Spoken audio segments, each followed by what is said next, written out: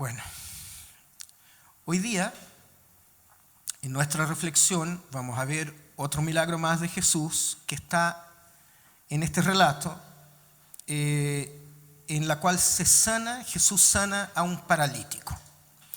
Los invito a leer a Marcos capítulo 2 del verso 1 al 12.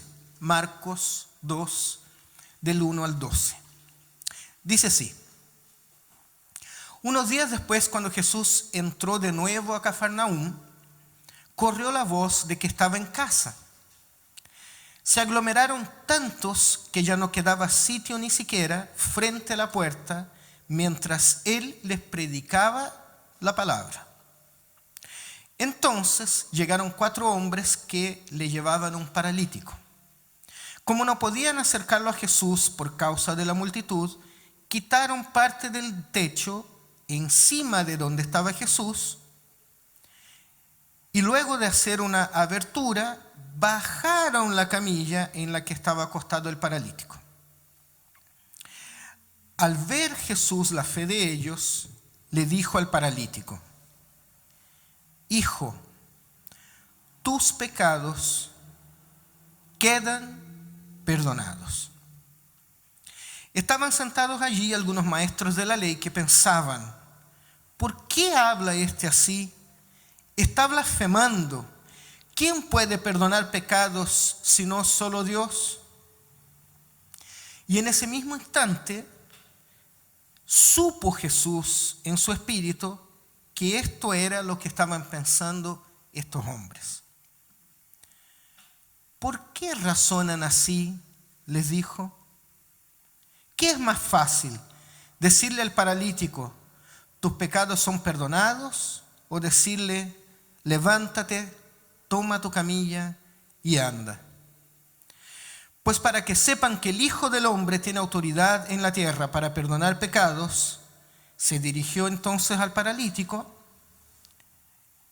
y dijo: a ti te digo, levántate, toma tu camilla y vete a tu casa.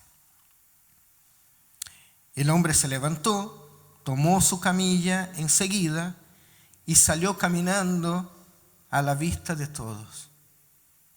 Ellos se quedaron asombrados y comenzaron a alabar a Dios. Y decían: jamás habíamos visto cosa igual. Entonces le traen un discapacitado a Jesús, porque dice un enfermo, pero esto es una discapacidad. ¿Quién está? Jesús está predicando dentro de una casa. ¿Se acuerdan que vimos la vez pasada que las casas del siglo I eran distintas y eran mucho más que el hogar de una familia, ¿verdad? Bueno, aquí hay otro ejemplo de la importancia de la casa.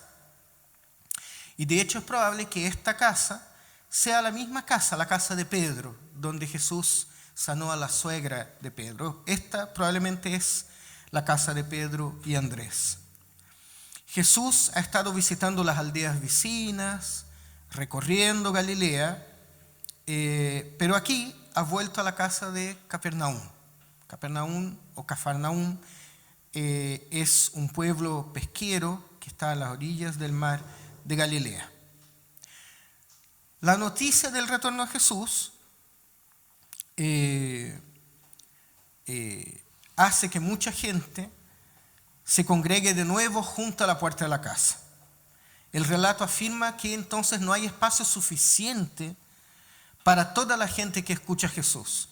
Nosotros no sabemos si esta es una casa que tiene patio y entonces el espacio no da dentro del patio hasta el muro, o si es una casa que da hacia la calle directamente.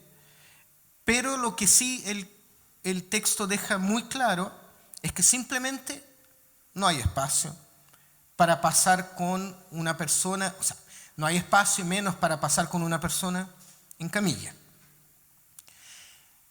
Y el texto dice entonces que Jesús aprovecha para predicar la palabra. Y entonces, a causa de la gran muchedumbre, los que llevan al enfermo, al discapacitado, se ponen creativos, ¿no? A mí siempre me ha llamado mucho la atención este pasaje porque de verdad que no me lo imagino. Pero estos tipos se ponen creativos y llevan a cabo un plan especial, ¿no es cierto? Casi nosotros podríamos decir que es una idea como muy, muy osada, muy moderna.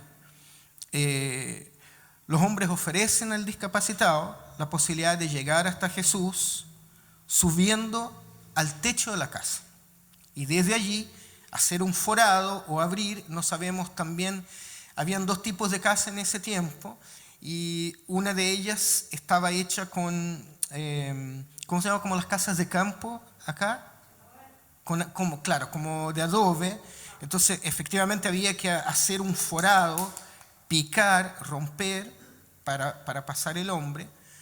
O lo otro es que fuera una casa como con estacas de madera y palmas y ramas, y entonces sería más fácil simplemente abrir. Pero el texto dice que abren ese forado para bajar el paralítico. Y aunque la descripción es bien del paralítico, de la enfermedad, es bien poca, para nosotros no hay detalles, porque no es lo que interesa en el texto bíblico, al igual que en los otros milagros, se entiende perfectamente que la situación del paralítico acá, la situación de este hombre, es un hombre completamente impotente, digamos. O sea, él depende de la asistencia que le presten los demás, ¿verdad? La ausencia de la petición de curación por parte del hombre paralítico o por parte de los que están con él, de alguna forma es suplida en el texto por esa forma extraordinaria de transportar al discapacitado. ¿Se fijan? Entonces acá no hay una palabra, no hay un Jesús, sáname, o Señor, te traemos este hombre, pero solo el hecho de que se den, digámoslo así, la pega de subir al techo y de hacer un forado para bajar el hombre, es más que una petición verbal, ¿no es cierto? Entonces, ese acto tan trabajoso, digamos, tan diferente, sustituye lo que podría ser una petición de sanidad. Jesús, entonces, dirige la palabra al enfermo y señala la fe de la gente. Pero en lugar de la curación, que es probablemente lo que todos esperaban allí, lo que se desarrolla es una discusión entre Jesús y los escribas que estaban allí presentes. El texto dice que en sus pensamientos estas personas se escandalizaron por el perdón de los pecados de Jesús hacia el hombre. Y en todo esto que está pasando, se hace presente la fe de los que están allí, ayudando al paralítico. Porque esto, si bien no se debe interpretar como si Jesús dependiera de esta fe, de la fe de los hombres o del paralítico, para que hubiera una eficacia, para que hubiera milagro, digamos, más bien lo que se percibe aquí es uno de los componentes que son muy importantes en los milagros. Aquí lo que se percibe es una autoentrega llena de confianza, que es incondicional al poder de Jesús. Porque esos hombres que están aquí toman la decisión de hacer un hoyo en el techo y de bajar al paralítico, y entonces lo que están comunicando con eso es que ellos no tienen ninguna duda de que Jesús podía sanar el hombre. Pero en lugar de la palabra de curación, que hasta nosotros esperaríamos, ¿no? Porque si estamos ahí, imaginémonos ahí, y de repente empieza a crujir el techo y se abre y se asoman 4 tipos y empiezan a bajar un paralítico. Quieren que sane el paralítico. Pero lo que escuchamos de Jesús, en cambio, es la palabra del perdón de los pecados del paralítico. Y eso fue así porque quizás para los judíos que allí estaban, ambas cosas están conectadas. Ambas cosas hacen parte de una sola cosa. La causa de una enfermedad tan grave como una parálisis, para estos tipos, recuerden, solo puede estar en los pecados del paralítico. Entonces, ambas cosas aquí, parálisis y pecados, en este tiempo y en esta cultura, están relacionados. Y entonces los escribas que aparecen en la escena se escandalizan en línea con la doctrina judía, ¿no? Porque lo que ellos observan es que el perdón de los pecados es un privilegio exclusivo de Dios. Entonces el reproche de la blasfemia de Jesús, según ellos, tiene mucho sentido para estos hombres. El perdón de los pecados solamente le competía a Dios mismo. Pero a diferencia de lo que hace Jesús y según la idea de estos maestros de la ley, Dios llevaría a cabo su plan, el plan de perdón de pecados, aniquilando a los impíos, aniquilando a los poderes demoníacos y manteniendo el pueblo alejado del pecado mediante un gobierno autoritario, un gobierno recto, sí, pero mediante la fuerza de alguna forma. El imperio romano para estos tipos iba a ser subyugado por el Mesías a la fuerza. Pero eso no es lo que nosotros vemos aquí, ¿verdad? Y también la discusión se desarrolla de manera especial porque los escribas no manifiestan externamente sus pensamientos, sino que los pensamientos están dando vuelta en su interior. Jesús entonces penetra sus pensamientos y formula el reproche al pensamiento de ellos de dos maneras. Lo primero es mediante la afirmación del poder de Jesús para perdonar pecados. Pero lo segundo es a través del milagro mismo de la curación que acompaña el reproche. Jesús lo que está haciendo aquí es anunciar el reino de Dios. Y en su comunión con los pecadores, confirma el perdón de Dios para ellos. Y en ese sentido, esto es un paréntesis, pero lo más hermoso aquí es que después de la resurrección se reconoce con el tiempo que Dios ha mantenido ese mismo ofrecimiento de gracia en la muerte de su Hijo Jesús. Porque Jesús no solo perdona pecados en vida, digamos, mientras estuvo con nosotros, sino que lo sigue haciendo hoy día, lo sigue haciendo después de su muerte con su resurrección. Jesús entonces le dice al hombre que se levante, que tome su camilla y que se vaya a su casa. El hombre se levanta y sale caminando. Y el texto termina diciendo que el resultado final es que todos quedan asombrados y dicen, jamás habíamos visto cosa igual. Y entonces el milagro se convierte en un argumento en favor del perdón de los pecados. El paralítico se libra de la enfermedad y del pecado y va a su casa como Jesús lo ordena. El problema es que,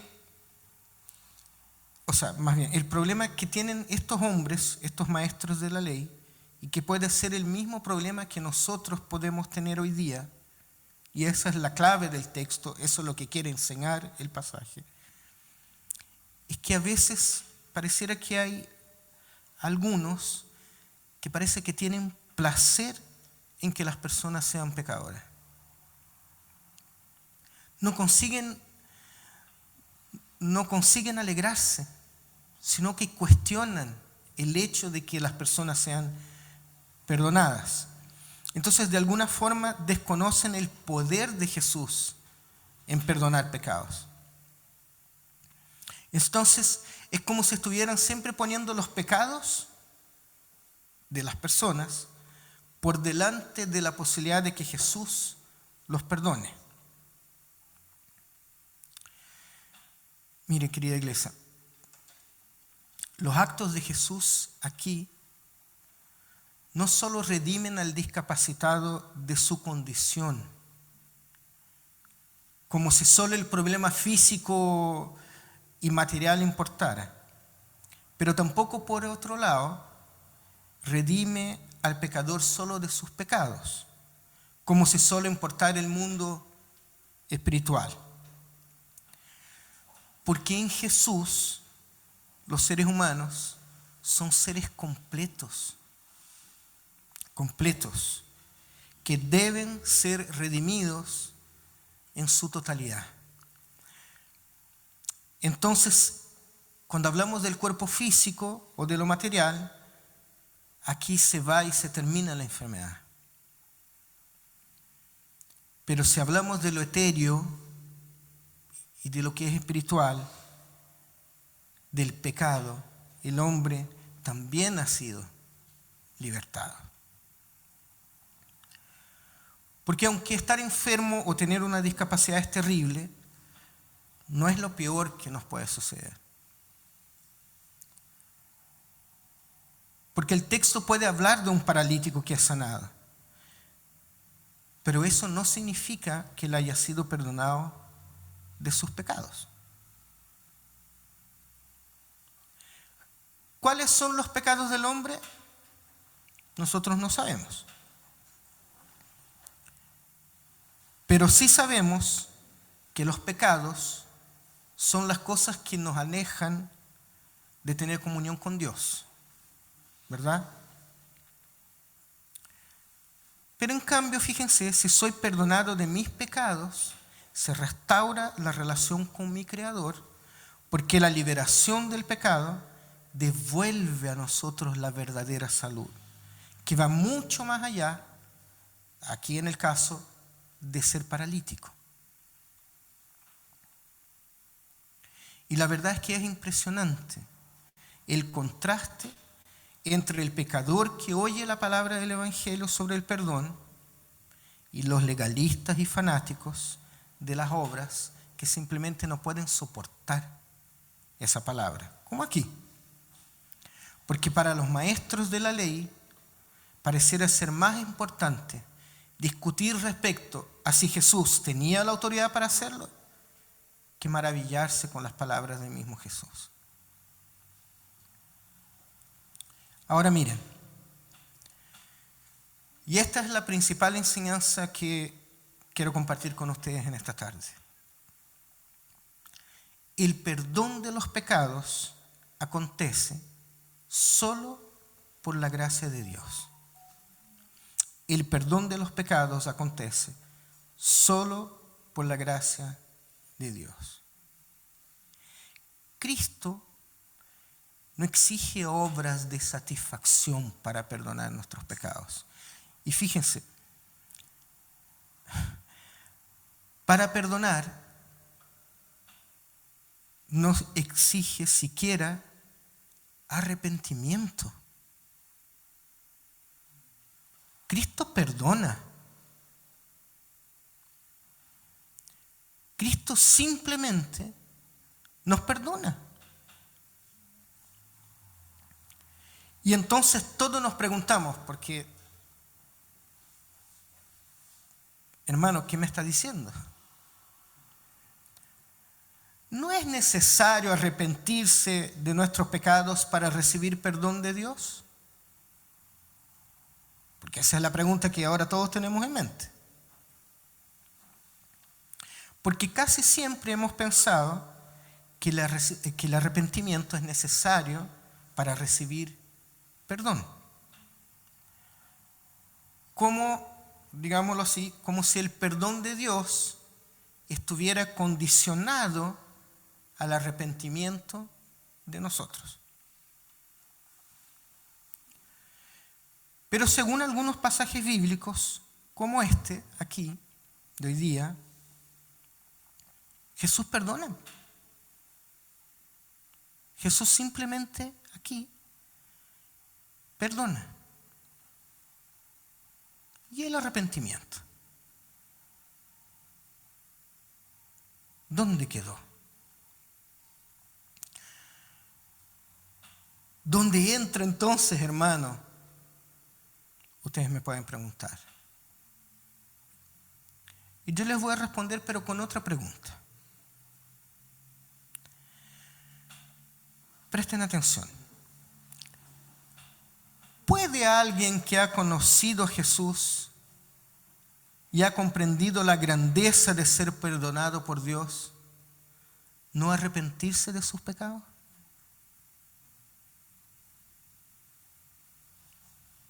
Porque si tomamos el perdón de Dios con tanta ligereza, a punto de que no cambiamos de rumbo, no transformamos nuestras vidas, nuestra forma de vivir, entonces lo que pasa es que es muy probable que no hayamos entendido la potencia que hay por detrás del perdón de Jesús.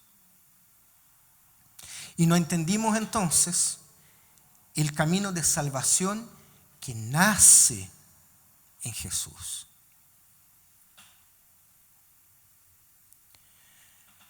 Y otra pregunta muy compleja que viene a nuestras mentes entonces es: ¿qué es entonces el pecado?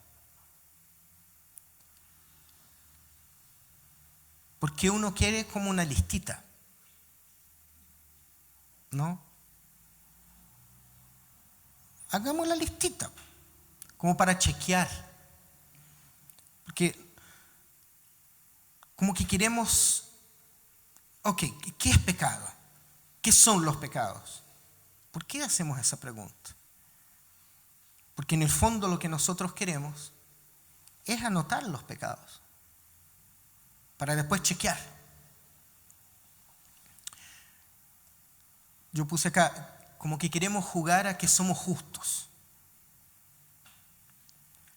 A ver, si para ser perdonado lo que necesito es arrepentirme primero, entonces anotemos de qué debo arrepentirme.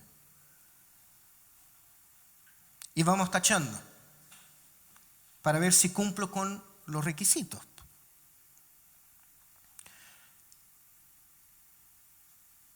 Check. Este de acá podría ser. No sé. Este sí, este no, hace tiempo que no hago esto. Check. Voy para allá, Señor. Entonces, ¿qué pasa cuando tenemos todo check? Ahí estás. ¿Usted qué quería? ¿Quería arrepentimiento? Ahí está la lista, pues, Señor. Yo mismo la hice, fíjese. Está todo ok. Así actuamos a veces.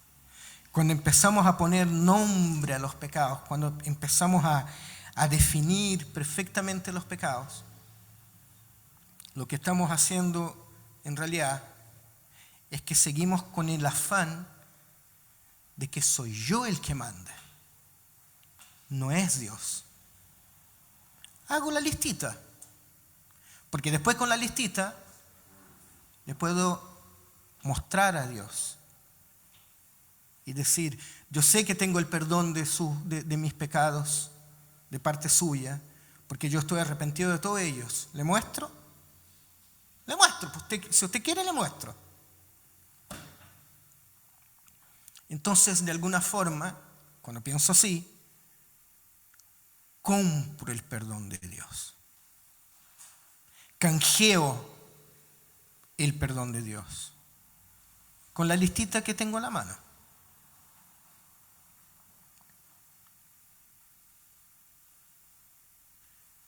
Pero el principal pecado de cada uno de nosotros es exactamente ese: sentir que podemos, sentir que me las puedo, sentir que debo responder a Dios, para que Él así me responda a mí perdonando mis pecados.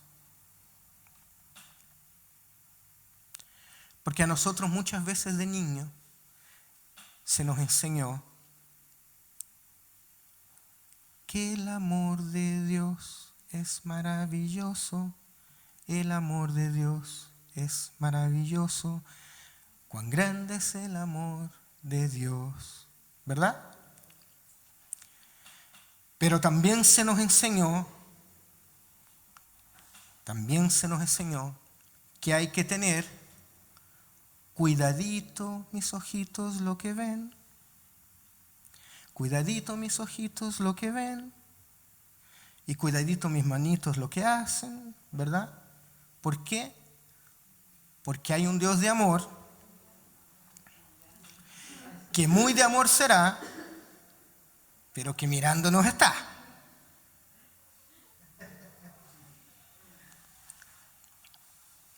Porque si no me arrepiento y si no me porto bien, hay un Dios castigador que no me va a perdonar, sino que todo lo contrario, me va a castigar porque yo no fui capaz de portarme como Él espera que yo me porte.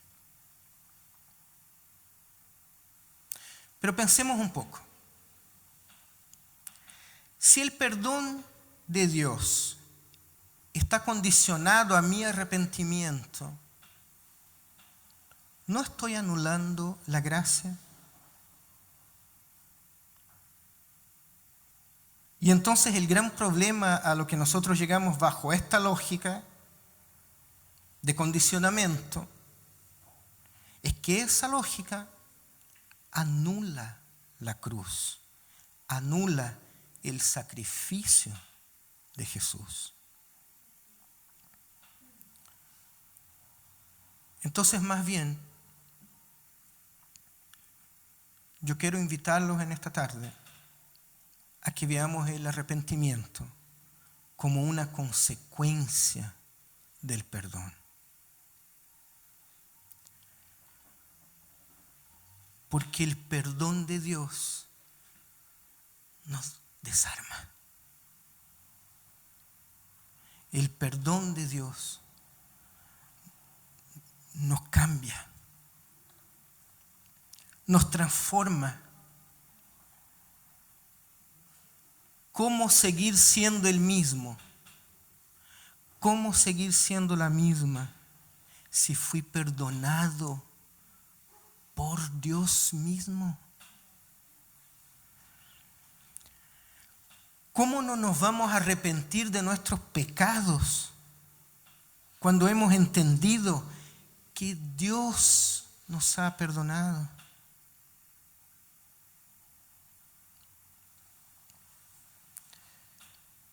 Entonces, queridos hermanos y hermanas, amigos y amigas también, el amor de Dios nos trastorna, nos revienta por dentro, nos quiebra. El amor de Dios nos mueve el piso.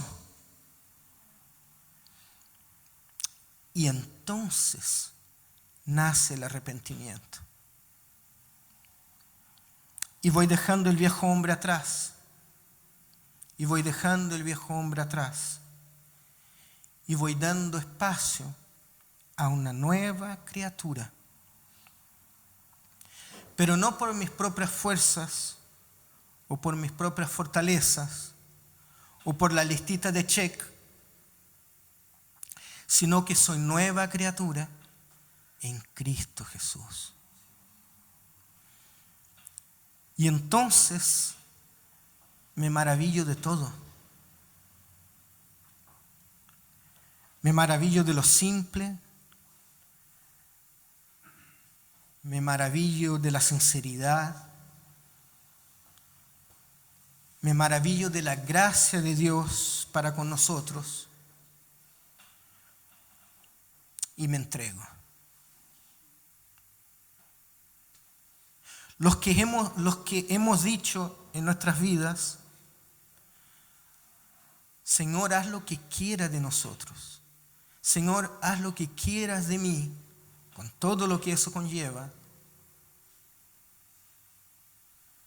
En el fondo lo que está diciendo es: Señor, me arrepiento de lo que soy. Me arrepiento de quién soy. Me arrepiento de todos mis actos. Porque simplemente me entrego a ti. Pero no me arrepiento como quien pone una condición a Dios para que Dios me perdone, sino que me arrepiento porque comprendo el perdón de Dios.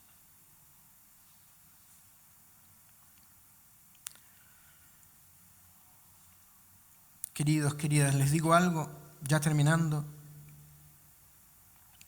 Nuestros pecados, al igual que los pecados de este hombre del relato, ya fueron perdonados. Amén.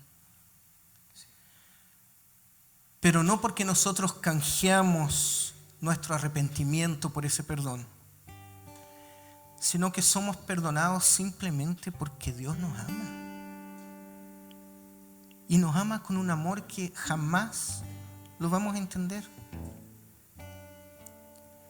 Y cuando entendemos que Dios nos ama, podemos venir acá todos los domingos de nuestra vida y verbalizarlo una y otra vez. Y aún así no somos capaces de comunicar a Él la gratitud que tenemos en nuestros corazones porque Él nos ama.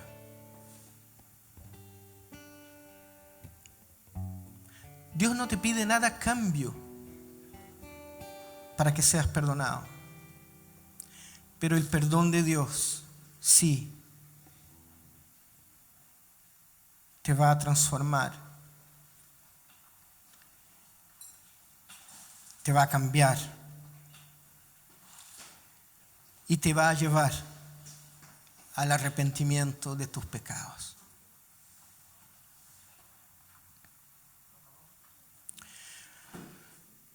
Porque en este mundo no se trata de que nosotros hagamos nuestra listita de pecados, ni de nosotros, ni de los demás tampoco. Así.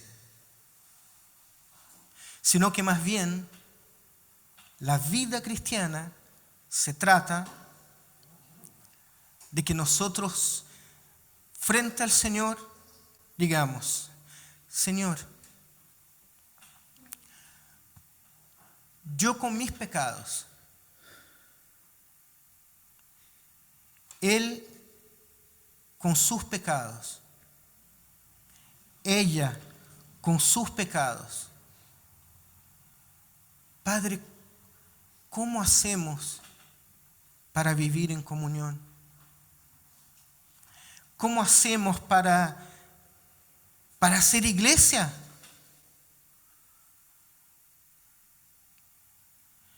¿Cómo hacemos para vivir en el mundo allá afuera? Ayúdanos, Señor. Yo con mis pecados y cada uno de nosotros con sus propios pecados. Ayúdanos, Señor, porque te necesitamos. O alguien puede levantar la mano acá y decir: hermano, perdona, de mí no me está hablando, usted me deja fuera porque yo pecados no tengo. Es más, tengo una piedra en la mano en estos momentos. ¿Te sigue hablando? Y le va a llegar el piedrazo. ¿Quién puede ir delante del Señor diciendo: oye, yo sí soy justo? Te muestro la listita, la tengo en el bolsillo.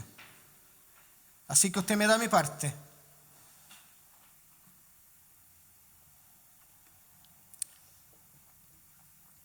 Entonces no actuemos gritando a los demás: arrepiéntete, pecador. Sino que más bien tomemos nuestra camilla y salgamos caminando a la vista de todos. Y si en el camino me encuentro con otros, demos gracias al Señor por esa cruz maravillosa y por esa capacidad que solo Él tiene de perdonar nuestros pecados, cambiar nuestras vidas y llevarnos al arrepentimiento.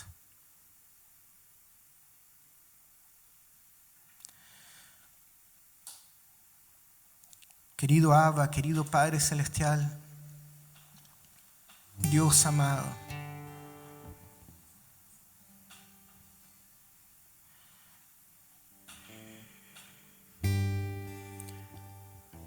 nosotros nunca vamos a poder entender, Señor, tu perdón.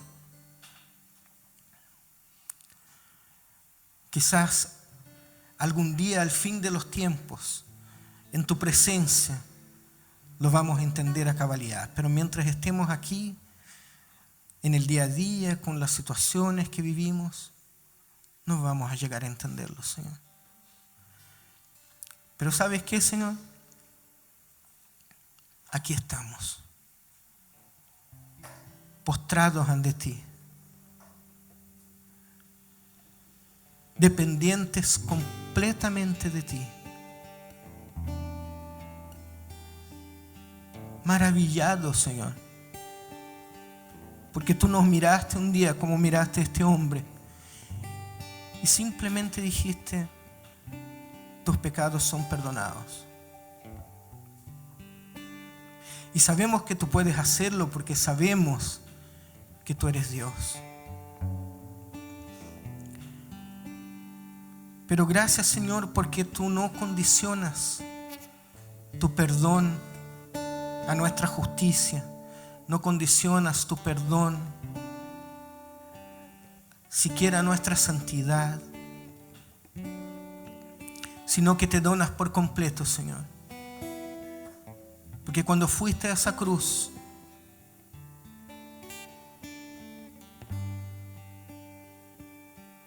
simplemente te entregaste, Señor. No viniste cada uno de nosotros antes a decir: voy a morir por ti, voy a morir por ti, me voy a sacrificar por ti. ¿Qué vas a hacer tú al respecto? No, Señor. Simplemente fuiste y lo hiciste. Y gracias te damos por eso, Señor. Y ayúdanos a que todos los días de nuestra vida, cada día un poquito más, nos arrepintamos de nuestros pecados, nos entreguemos en tus manos. Ayúdanos a preguntarte todos los días: Señor, ¿en qué quieres cambiarme? ¿Qué quieres que yo sea? ¿Qué quieres que yo haga? ¿Por dónde me quieres llevar? A ver, dime por dónde me quieres llevar.